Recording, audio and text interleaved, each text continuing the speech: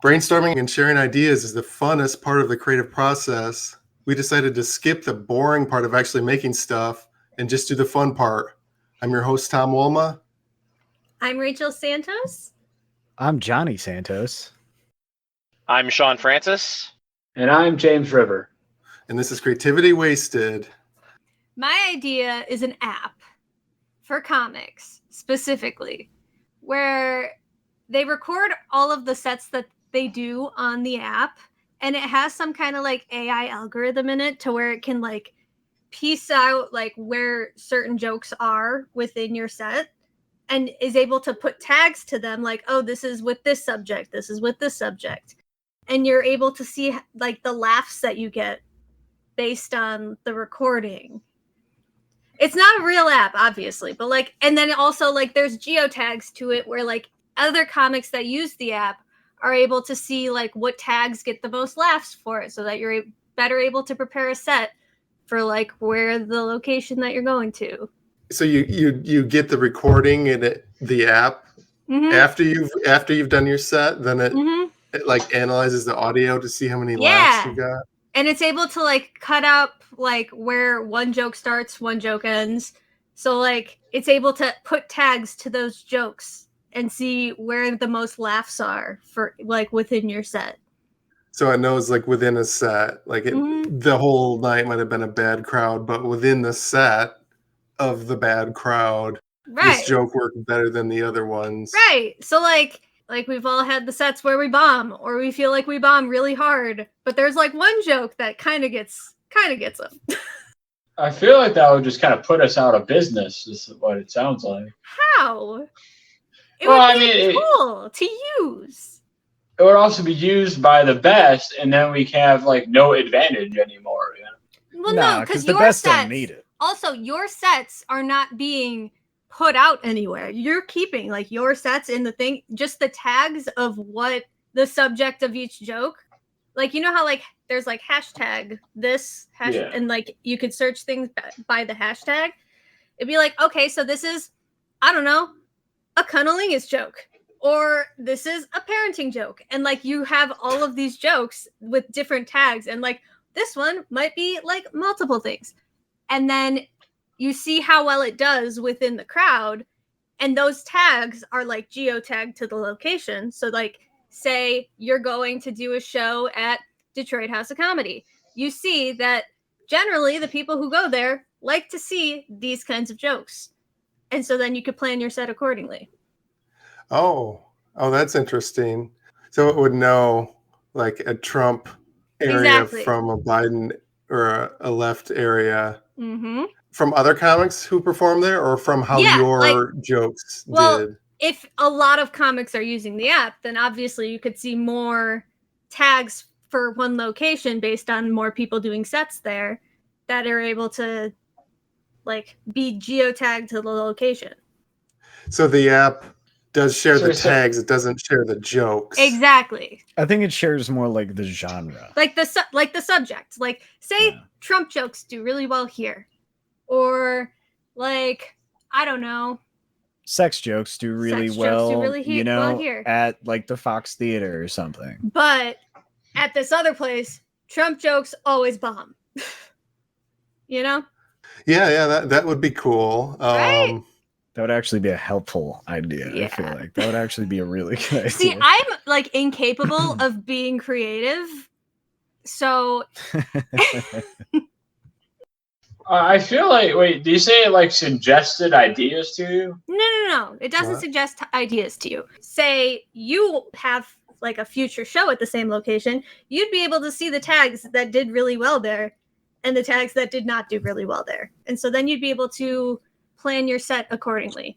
Yeah, it sounds super practical. I don't know how to make a joke about it. Yeah, I know. See, I'm really bad at being creative and like funny. I think that's super creative though. But I mean, I guess the one thing I can say is just that it would be a disproportionate amount of dick jokes or yeah.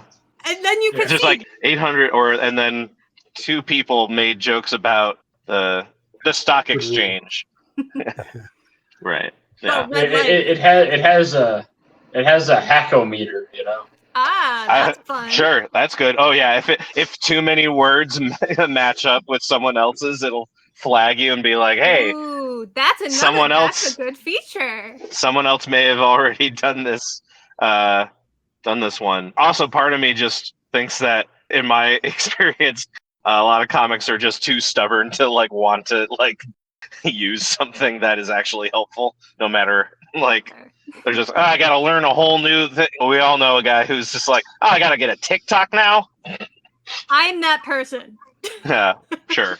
I mean, I don't have one, so I mean, or it's like really they want me to be clean. Screw them.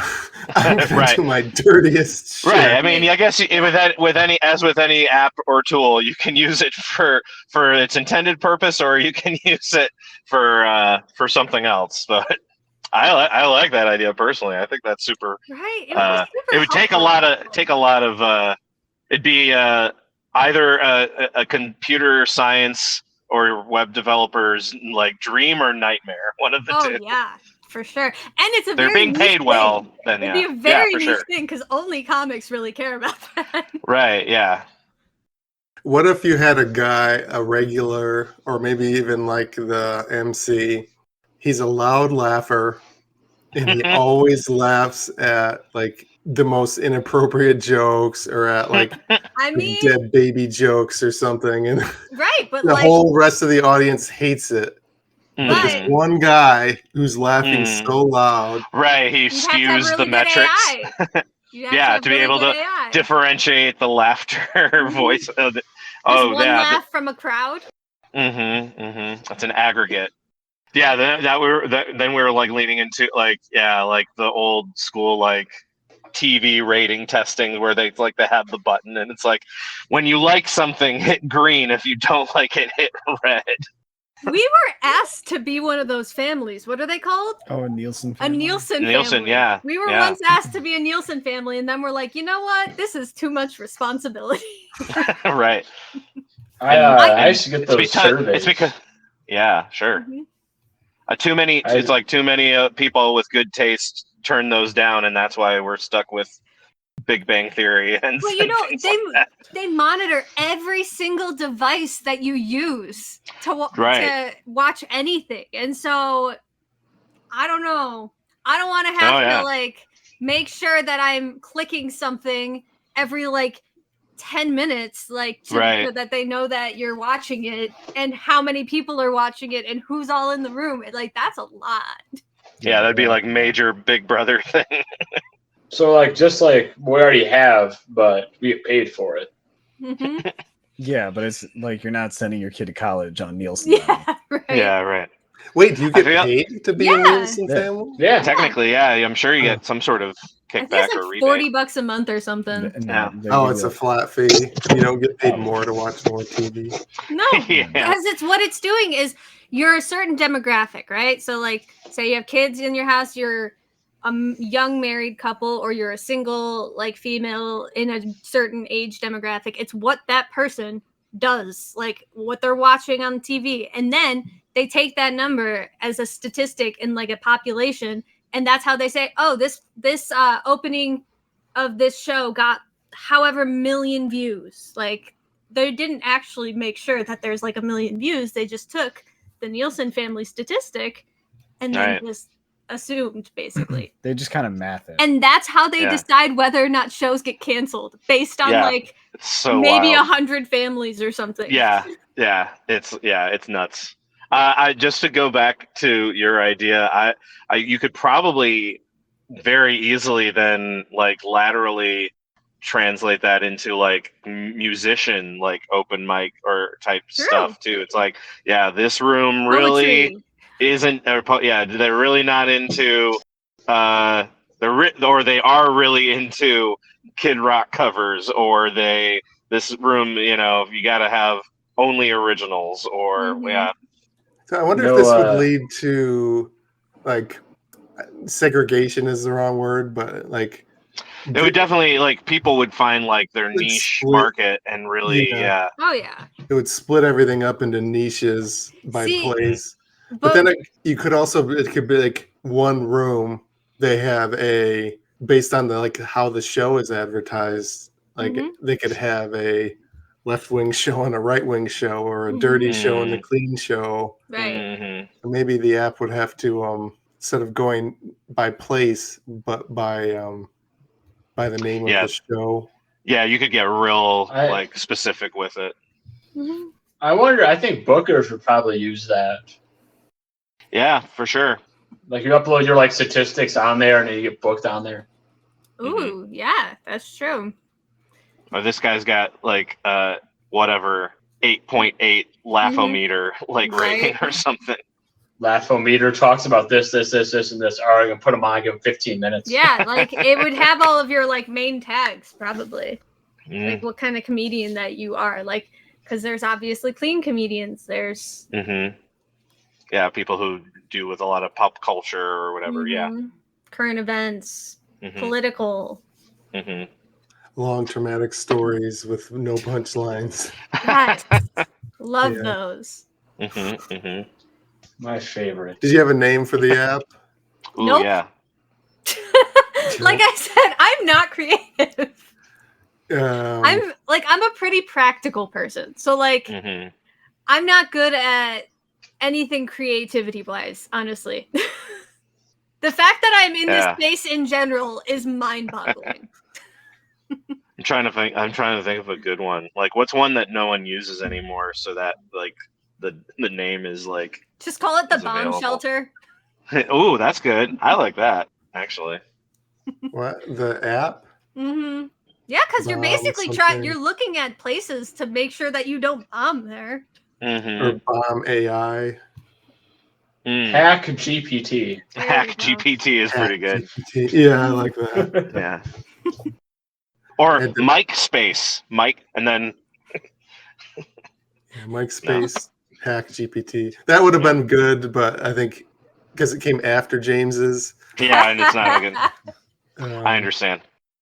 I might cut this out because it's boring, but I'm a one-liner comic for the most part, and I wanted to organize my jokes. And what I had been doing, I had this big long list of, it was like a CSV of all my Twitter jokes that I'd posted up on Twitter for the past 10 years, and they sent me a CSV of it. And so I added some columns by topic, and then I started just cutting and pasting them into Word documents. But then I figured out recently how to use macros to create a multi-select pull-down list in Excel so that one joke can have more than one topic to it. So basically, we just have to hire Tom to do that for everyone else that we know. All the comics just freelance. But yeah, I'm doing it beforehand. Yeah. I'm writing out the joke and giving it a category beforehand, whereas Rachel's was doing it from the audio afterwards. Yeah. We say it's an app, but it's really just Tom in a box, like the Wizard of Oz. Yeah, it's just making everything that I've been wasting dozens of hours doing just completely unnecessary. All that creativity wasted. Exactly. This guy. Any shows or anything you want to plug before we go? Yeah, come check out Mondays at the Comedy Project, Comedy Outlet Mondays, every Monday at 7 p.m. in Grand Rapids, Michigan. And I also perform on the weekends there, so check out their weekend shows, Fridays and Saturdays, 8 and 10, for improv and sketch specifically. But Monday, we got a little bit of everything. I'm at Comedy at the Creek in Diamonddale, Michigan on September 23rd. Cool. Us too. Nice. You are? Yeah. Oh, yeah. This Friday, I'm going to be in Waterford at the Irish Tavern with Mikeaholics. I'm doing Detroit to LA at Mark Ridley's on the 12th. I've got a sad clown comedy show on the 14th. So I'm doing Sean's show, Comedy Outlet Monday, on September 18th.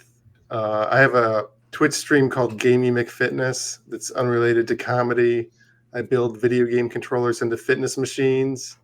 What? And then play games on them. I just finished the rowing machine one. I'm going to try right after this. This has been a production of Planet Amp Podcast, powered by Pinecast.